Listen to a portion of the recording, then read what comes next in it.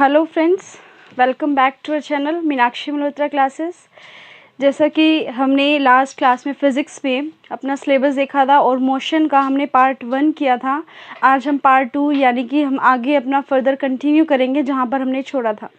Motion हमने देखा था कि मोशन को हमने 2 डायमेंशन में, यानी कि एक 1 डायमेंशन और दूसरा कौन सा देखा था हमने 2 डायमेंशन। ये दोनों हमने लास्ट क्लास में पढ़े थे।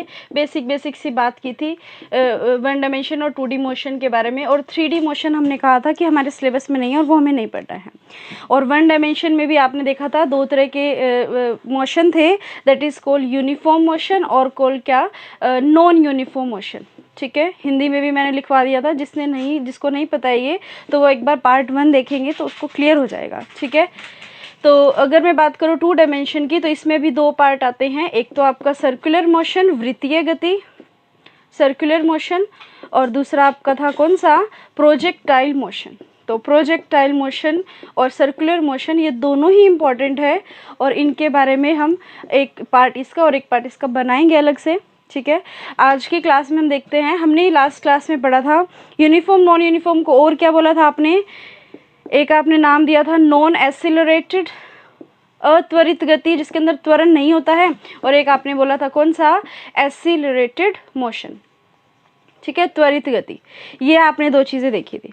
अब ये नॉन एसिलेटेड के बारे में तो हमने बात कर ली थी, लेकिन एसिलरेटेड के कुछ टाइप्स और कुछ बातें जो है रह गई थी, तो वो हम आज इस वाले पार्ट में कंटिन्यू करेंगे और हमारा 1 डायमेंशन वाला पूरा पोर्शन इन 2 पार्ट्स में कंप्लीट हो जाएगा।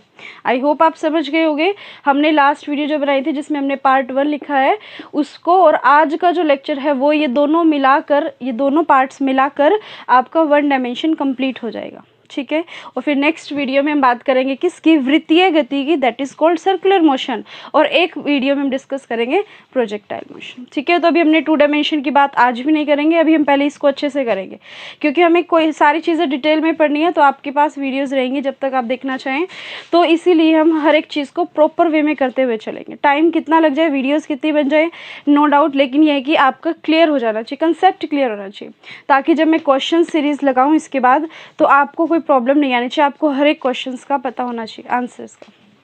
ठीक है, तो पिछली क्लास देख लेना ताकि आपको ये पता चले कि क्या है यूनिफॉर्म और नॉन यूनिफॉर्म। अब देखो, नॉन एसिलेटेड मतलब जिसके अंदर, सिंपल सी अगर मैं बात बताऊं, जिसके अंदर स्पीड में या जिसके अंदर वेलोसिटी में कोई चेंज नहीं हो रहा था, that is called non acylated.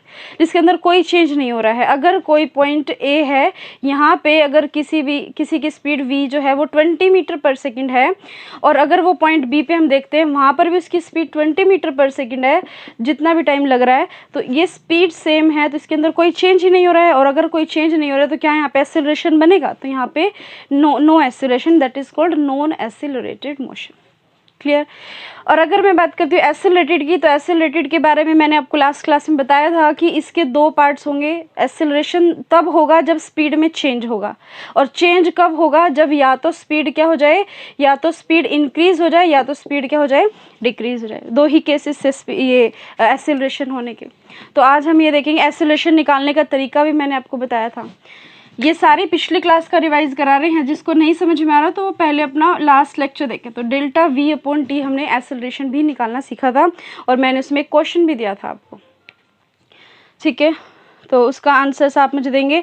अब ये सब होने के बाद अब हम स्टार्ट करते हैं थोड़ा सा जो एक्सेलरेशन का बचा हुआ था वो। तो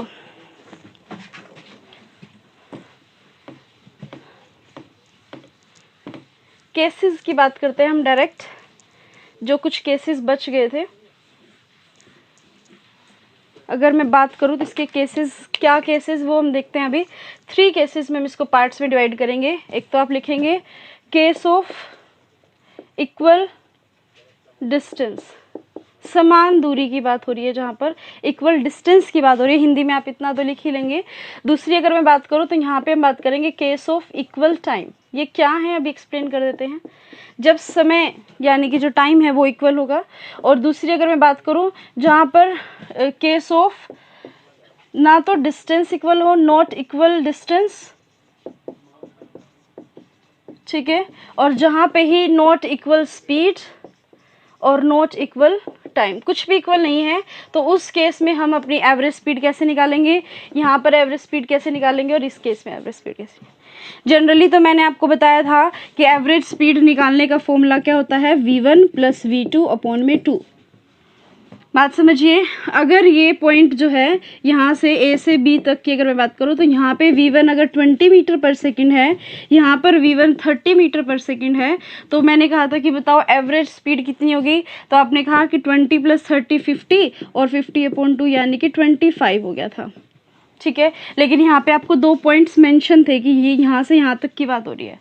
लेकिन अगर आपको ऐसे बोल दें कि ये जो है एक पॉइंट और दे दें इनके सेंटर में, और आपको बोले कि बताओ A से B और B से C, यहाँ पूरे टाइम पे तो इसकी स्पीड कितनी रही है 20 मीटर पर सेकंड, और यहाँ पूरे टाइम पे इसकी स्पीड कितनी रही है 30 मीटर पर सेकंड। अब किसी एक पॉइंट पे स्पीड नहीं दी है, अब एक डिस्टेंस दे दिया आपको।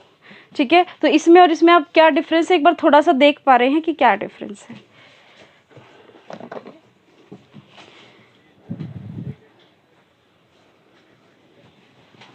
ठीक है, तो क्या डिफरेंस है आपको पता चल रहा है। तो अब हम इसी डीसी के बारे में हम बात करेंगे कि अगर हमको इक्वल ये डिस्टेंस दिया हो कि A से B का डिस्टेंस, B से C का डिस्टेंस सेम या इक्वल दिया हो, तो इसका क्या फॉर्मूला होगा एवरेज स्पीड निकालने का।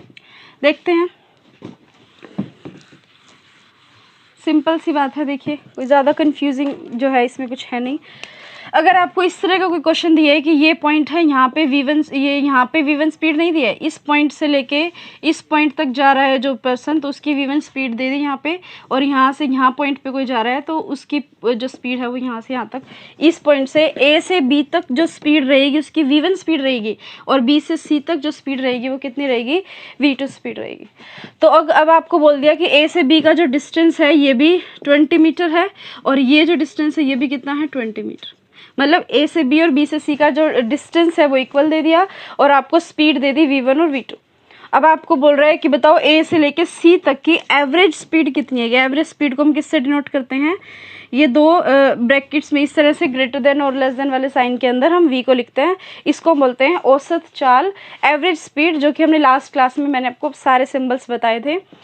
तो इसको निकालने के लिए हम v1 + v2 अपॉन में 2 नहीं करेंगे। इसका फॉर्मूला क्या होगा, जब डिस्टेंस इक्वल मेंशन होगा आपको, इसको आप लिखेंगे 2v1 × v2 अपॉन में v1 + v2। ये एवरेज स्पीड निकलेगी जब आपको क्या दिया होगा, इक्वल डिस्टेंस दिया होगा।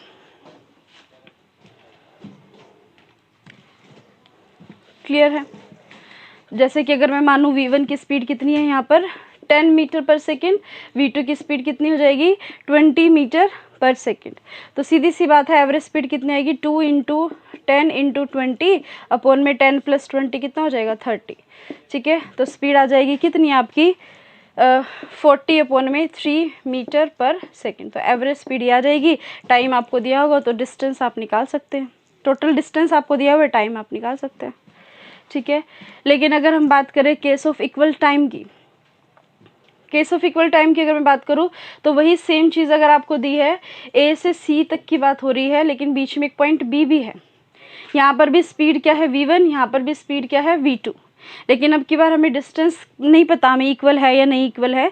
तो उस केस में आपको क्या इक्वल दिया होगा, टाइम की। यहाँ से यहाँ तक जो टाइम लग रहा है वो भी सेम है, और यहाँ से यहाँ तक जो टाइम लग रहा है वो दोनों क्या है, इक्वल है। तो इक्वल टाइम की अगर मैं बात करूँ तो इक्वल टाइम के लिए आपको एवरेज स्पीड निकालनी है। एवरेज स्पीड तो वो कैसे निकालेंगे, ठीक है, टाइम लेट से कुछ भी दिया है आपको, मान लीजिए 2 मिनट दिया है, तो यहाँ से A से B तक जाने में भी इसको 2 मिनट लग रहे हैं, और B से C तक जाने में भी इसको कितना समय लग रहा है 2 मिनट लग रहा है। तो एवरेज स्पीड निकालने का क्या फॉर्मूला होगा, जल्दी से बताइए। इसके लिए सेम फॉर्मूला ही रहेगा जो हमने पहले पढ़ा था। इसके लिए फॉर्मूला ये रहेगा v1 + v2 अपॉन में 2।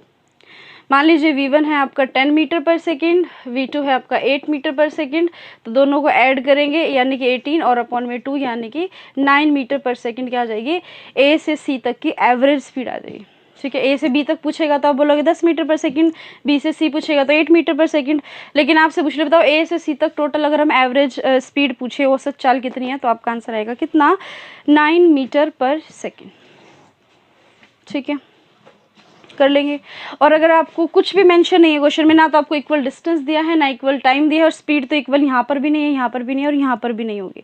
स्पीड इक्वल होगी तो एक्सेलरेशन ही नहीं होगा, और इक्वल होगी तो फिर आपको तो वही स्पीड लेनी है। मान लो यहाँ पर भी 10 है, यहाँ पर भी 10 है, तो ए से सी तक 10 ही स्पीड रहेगी, उसमें तो कोई केस ही नहीं बनता। लेकिन केस कब बनता है? जब स्पीड इक्वल नहीं है, और स्पीड इक्वल नहीं होने के साथ साथ डिस्टेंस भी इक्वल ना हो और टाइम भी इक्वल ना हो।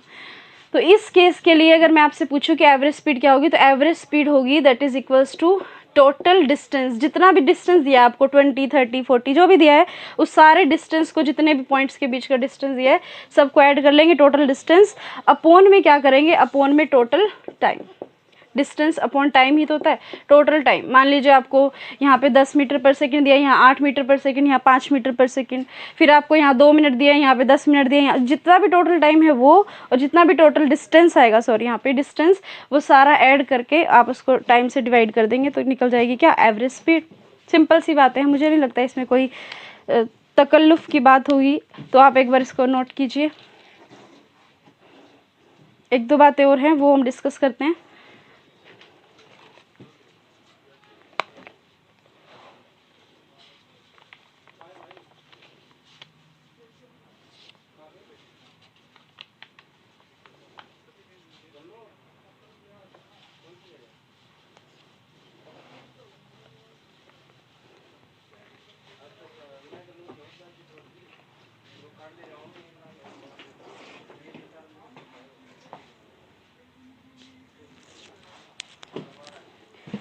लिख लिया होगा, चलिए आगे चलते हैं। देखिए एक छोटी सी बात और हमारी पेंडिंग है। एक्सेल स्पीड आप एवरेज निकाल लोगे, एवरेज स्पीड निकाल ली तो आप एक्सेलरेशन भी निकाल लोगे, ठीक है, चेंज इन स्पीड से। अब हम बात करते हैं सिंपली एक्सेलरेशन की डायरेक्शन की, वो और देख लेते हैं। त्वरण क्या है वो आपको पता चल गया कि कितना चेंज हो रहा है स्पीड में अपॉन में जो टाइम है, वो change in speed upon time, जो हमने लास्ट वीडियो में डिस्कस किया था। अब हम बात करते हैं एक्सेलरेशन की डायरेक्शन की। देखो आपको एक बात पता होनी चाहिए, दो तरह की क्वांटिटीज़ होती हैं, एक होती है स्केलर क्वांटिटीज़, एक होती है क्या, वेक्टर क्वांटिटीज़। स्केलर क्वांटिटीज़ को हिंदी में हम अदिश राशियाँ भी कहते हैं, अदिश राशियाँ, और इसको हम हिंदी में क्या कहते हैं, सदिश राशियाँ। सीधी सी बात है, बिल्कुल 2 मिनट का बात जो है कंसेप्ट है वो मैं आपको बता देती हूँ। आपको आगे बार बार जो है यूज़ होंगे तो आपको पता होना चाहिए।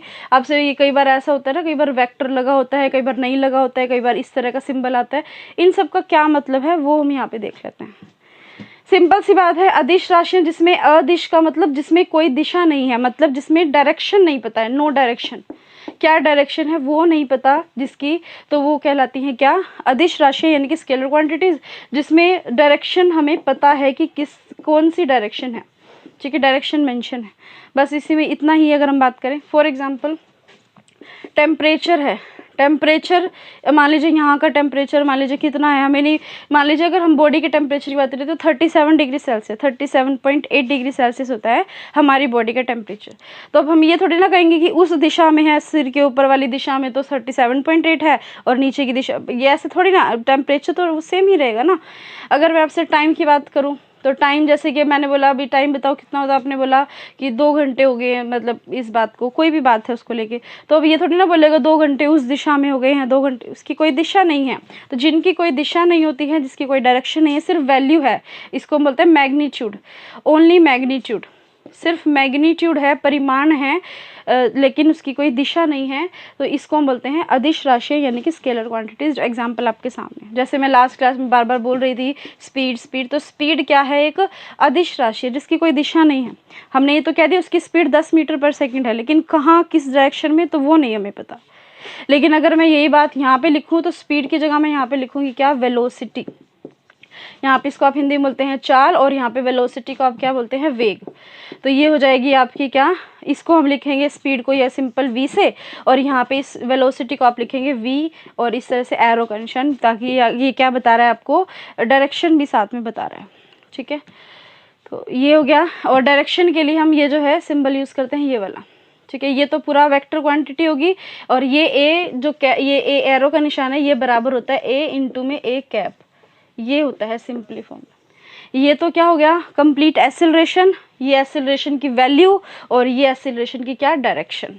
ये डायरेक्शन के लिए ए कैप वर्ड जो है ये यूज़ किया जाता है, सिंबल, ठीक है। ऐसे अगर हम सिंपली ए लिखेंगे तो ये तो हो जाएगा आपका स्केलर, लेकिन ए इस तरह से कैप लिखेंगे तो ये हो जाएगा आपका क्या, वेक्टर क्वांटिटी। इसमें सिर्फ एक्सेलरेशन की वैल्यू पता है हमें कि 2.5 मीटर पर सेकंड स्क्वायर है या कितने मीटर पर सेकंड स्क्वायर है, लेकिन यहाँ पे हमें वैल्यू के साथ साथ 2.5 मीटर पर सेकंड स्क्वायर के साथ साथ ये भी बताया है कि ये कहाँ, कौन सी साइड है, नॉर्थ है, साउथ है, या फिर आपका एरो के निशान से बता सकते हैं इधर है या इधर है। तो जो भी है इसकी डायरेक्शन साथ में मेंशन होगी तो ये वेक्टर क्वांटिटी, नहीं मेंशन होगी तो स्केलर क्वांटिटी। आई होप इतनी बात क्लियर होगी। तो अब मैं स्पीड से इसीलिए करा रही हूँ ताकि छोटी छोटी वीडियोस बने और सीधा हम मैं मुद्दे की बात करें, इधर उधर की बातें करने के लिए हम फिर अलग से एक वीडियो अलग से बना लेंगे। ठीक है, तो जैसे भी बना पा रही हूँ मैं वीडियो आप सबके लिए वो मत पूछो, लेकिन ये है कि भी बन रही हैं, आप सिर्फ इस चीज़ को समझिए और यहाँ से कुछ ना कुछ आप बेनिफिट उठाइए। अब हम सिंपल सी एक छोटी सी बात अभी और करनी है हमें कि एक्सेलरेशन कैसे निकालते हैं, वो तो हमने देख लिया था लास्ट क्लास में कि डेल्टा वी अपॉन टी से निकालते हैं। अभी हमने बात की डायरेक्शन की, तो एक्सेलरेशन की डायरेक्शन अगर वो पूछ लेगा, अभी तक तो हमने 3 ही केसेस पढ़े हैं। एक तो आपने देखा है क्या, non uniform motion, uniform motion जिसे हम नॉन एक्सेलरेटेड बोलेंगे, नॉन एक्सेलरेटेड मोशन। आपने ये देखा है नॉन एक्सेलरेटेड मोशन। इस केस में अगर आप देखें तो यहाँ पे क्या होता है, ये यहाँ से पॉइंट यहाँ तक जा रहा है कोई भी पर्सन, तो ए से बी तक। यहाँ पे अगर उसकी v1 की जो स्पीड है इस डायरेक्शन में, v1 की स्पीड 10 मीटर पर सेकंड इस डायरेक्शन में है, यहाँ पर v2 की स्पीड जो है वो 30 मीटर पर सेकंड या फिर 10 ही लेते हैं अभी एक बार हम, क्योंकि नॉन एक्सेलरेटेड है तो स्पीड सेम रहेगी, 10 मीटर पर सेकंड इसी डायरेक्शन में है। तो ये स्पीड ना होकर अभी ये क्या बन गई है, वेलोसिटी बन गई है। ठीक है, तो वेलोसिटी जो है वो दोनों ही पॉइंट पे क्या है, सेम है। तो सेम वेलोसिटी अगर है यहाँ पर, तो यहाँ पर कोई त्वरण नहीं है और एक्सेलरेशन की वैल्यू यहाँ पर क्या है, 0, और 0 है अगर एक्सेलरेशन, तो आप डायरेक्शन अपनी मर्जी से कुछ भी ले सकते हो। डायरेक्शन जो है आर्बिट्रेरली, मतलब आर्बिट्रेरली का मतलब होता है अपनी इच्छा अनुसार, अपनी इच्छा अनुसार कुछ भी ले सकते हैं आप। एक्सेलरेशन इधर भी कुछ भी ले लो, क्योंकि वैल्यू तो 0 ही है, कुछ हो तो रहा नहीं है एक्सेलरेशन इसमें, तो इसमें एक्सेलरेशन की वैल्यू आप कोई वो नहीं है कि इसमें इधर ही लेनी है या कहाँ पर। अगर हम बात करते हैं नेक्स्ट केस की जिसमें स्पीड क्या हो रही है, चेंज हो रही है। अब यहाँ पर स्पीड जो है v1 इस साइड जा रहा है, तो यहाँ पे स्पीड मान लीजिए वही है 10 मीटर पर सेकेंड, और यहाँ पर जो है v2 वो कितनी है, 30 मीटर पर सेकेंड। यहाँ पे तो आप देख पा रहे हैं स्पीड चेंज हो रही है और डायरेक्शन दोनों की सेम है। अब v1 की और v2 की डायरेक्शन क्या है, v1 की जो डायरेक्शन है, डायरेक्शन के लिए हम कैप वर्ड यूज़ करते हैं, और v2 की जो डायरेक्शन है वो तो सेम है, लेकिन जो v1 vector is not equal to v2 vector. अब इसका मतलब क्या है, डायरेक्शन तो सेम है लेकिन वैल्यू तो सेम नहीं है ना, वैल्यू तो अलग अलग है, यहाँ पे 10 है यहाँ पे 30 है। लेकिन यहाँ पे अगर मैं बात करूँ, यहाँ तो हम लिख सकते हैं v1 इक्वल्स टू क्या हो जाएगा, v2। ठीक है, तो v1 इक्वल्स टू v2, और हम ऐसे भी लिख सकते हैं v1 cap equals to v2 cap, दोनों इक्वल हैं और वेक्टर भी इक्वल है, क्योंकि ये वैल्यूज़ भी सेम है, डायरेक्शन भी सेम है, तो v1 vector equals to v2 vector. यहाँ पे तो हम लिख सकते हैं, लेकिन यहाँ पर क्या है, वैल्यूज़ चेंज हैं, इसके लिए हम ये इक्वल नहीं है, मैग्नीट्यूड इक्वल नहीं है। अभी हमने देखा था ना कि जो ये v1 वेक्टर है ये किसके इक्वल होगा, v1 की वैल्यू इनटू में v1 की क्या, डायरेक्शन, दोनों चीज़ों के इक्वल होगा, मल्टीप्लाई के इक्वल होगा। अब ये तो इक्वल है, डायरेक्शन तो इक्वल है, ये भी इस तरह ये भी इस तरफ है, लेकिन ये वैल्यू तो इक्वल नहीं है ना, एक की वैल्यू 10 है, एक की वैल्यू 30 है, तो इट मीन्स ये भी क्या है, इक्वल नहीं होगा। समझ गए आप?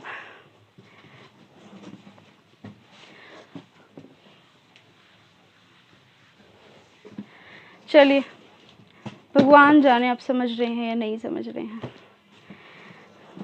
कमेंट करके ज़रूर बताइएगा अगर स्पीड का कोई इशू है, किसी तरह की कोई प्रॉब्लम आ रही है, समझ आ रहा है नहीं आ रहा है, बेवजह ऐसे ही मेहनत मत कराइएगा। ठीक है, नेक्स्ट एक लास्ट केस और देख लेते हैं जिसमें हम सिंपली बात करेंगे। अब यहाँ पर हम बात करते हैं एक्सीलरेशन की, डायरेक्शन की। अब यहाँ पे जो एक्सीलरेशन होगा, एक्सीलरेशन की कुछ ना कुछ वैल्यू आएगी, और क्या वैल्यू आएगी आपको पता है, चेंज इन स्पीड, कितनी स्पीड में चेंज आ रहा है, 30 माइनस 10 20 अपॉन में इसका जो भी आपको टाइम दिया होगा। ठीक है, टाइम अभी नहीं दिया है, तो यहाँ पे लेट से टाइम 5 सेकेंड है, तो यहाँ पे 5 और यहाँ पे कितनी आ जाएगी, 4 मीटर पर सेकेंड स्क्वायर क्या आ जाएगी, एक्सीलरेशन की वैल्यू। वैल्यू तो आपको निकालनी आ गई, लेकिन हम बात करें डायरेक्शन की, तो एक्सीलरेशन की जो डायरेक्शन होगी वो भी वही होगी। जब जब स्पीड इंक्रीज होगी ना, जब जब ये स्पीड क्या होगी, एक पॉइंट से दूसरे पॉइंट इंक्रीज होगी, तो जो वी इसकी डायरेक्शन है, वेलोसिटी की जो डायरेक्शन है वही क्या होगी, डायरेक्शन वी कैप जो है वही क्या होगी, एक्सेलरेशन की डायरेक्शन, सेम डायरेक्शन होगी। इसी तरफ ही एक्सेलरेशन क्या हो रहा है, इंक्रीज हो रहा है। लेकिन अगर मैं दूसरे केस की बात करूँ, इस केस में अगर आप देखें तो यहाँ पे v1 की स्पीड तो है मान लो 20 मीटर पर सेकंड, और यहाँ पर v2 की स्पीड है मान लीजिए कम करनी है हमें, तो हम 10 मीटर पर सेकंड ले लेंगे। ठीक है, डायरेक्शन वही है, v1 भी इस तरफ और v2 की भी डायरेक्शन इस तरफ। लेकिन आप देखो स्पीड क्या हुई है, स्पीड क्या हुई है, डिक्रीज हुई है। और अगर स्पीड डिक्रीज हुई है तो मुझे ये बताइए एक्सेलरेशन क्या इस डायरेक्शन में लगेगा, एक्सेलरेशन अपोजिट डायरेक्शन में लगेगा। यहाँ पर जो है ये जो एक्सेलरेशन की वैल्यू आएगी ये क्या होगी, जो वी कैप होगा वो इक्वल्स टू होगा माइनस में ए कैप, यानी कि अपोजिट डायरेक्शन होगी। क्योंकि यहाँ पे तो एक्सेलरेशन बढ़ रहा था, तो एक्सेलरेशन यहाँ पे ऐड हो रही थी वैल्यू, जो भी वैल्यू है 4 वैल्यू आई थी ना, तो ये 4 वैल्यू +4 ऐसे हो रही थी यहाँ पे। लेकिन यहाँ पे क्या होगी, माइनस वैल्यू आएगी, और माइनस होगी तो उसकी डायरेक्शन भी क्या होगी, नेगेटिव में लगेगी। यानी कि एक्सेलरेशन अपोजिट डायरेक्शन में लग रहा है यहाँ पे, और यहाँ पे क्या लग रहा है, सेम डायरेक्शन में। और यहाँ पे एक्सेलरेशन है ही नहीं, तो डायरेक्शन आप अपनी मर्जी से कुछ भी ले लीजिए, क्योंकि एक्सेलरेशन तो 0 है। ठीक है, बस एक ये छोटी सी बात आपकी बतानी थी डायरेक्शन की। और इससे पिछले वाले जो वो केसेस थे जिसमें हमने एवरेज स्पीड निकालने का फॉर्मूला देखा वो बताना था। ये हो गया, तो आपका 1 डायमेंशन कंप्लीट हुआ। इसके रिगार्डिंग क्वेश्चंस भी हम करेंगे, लेकिन पहले हम पूरा प्रॉपर 2D और 1D कंप्लीट करते हैं। अब बताइए कोई भी डाउट है किसी तरह का तो आप बता दीजिएगा। तो मिलते हैं फिर अगली वीडियो में। ठीक है, थैंक यू सो मच।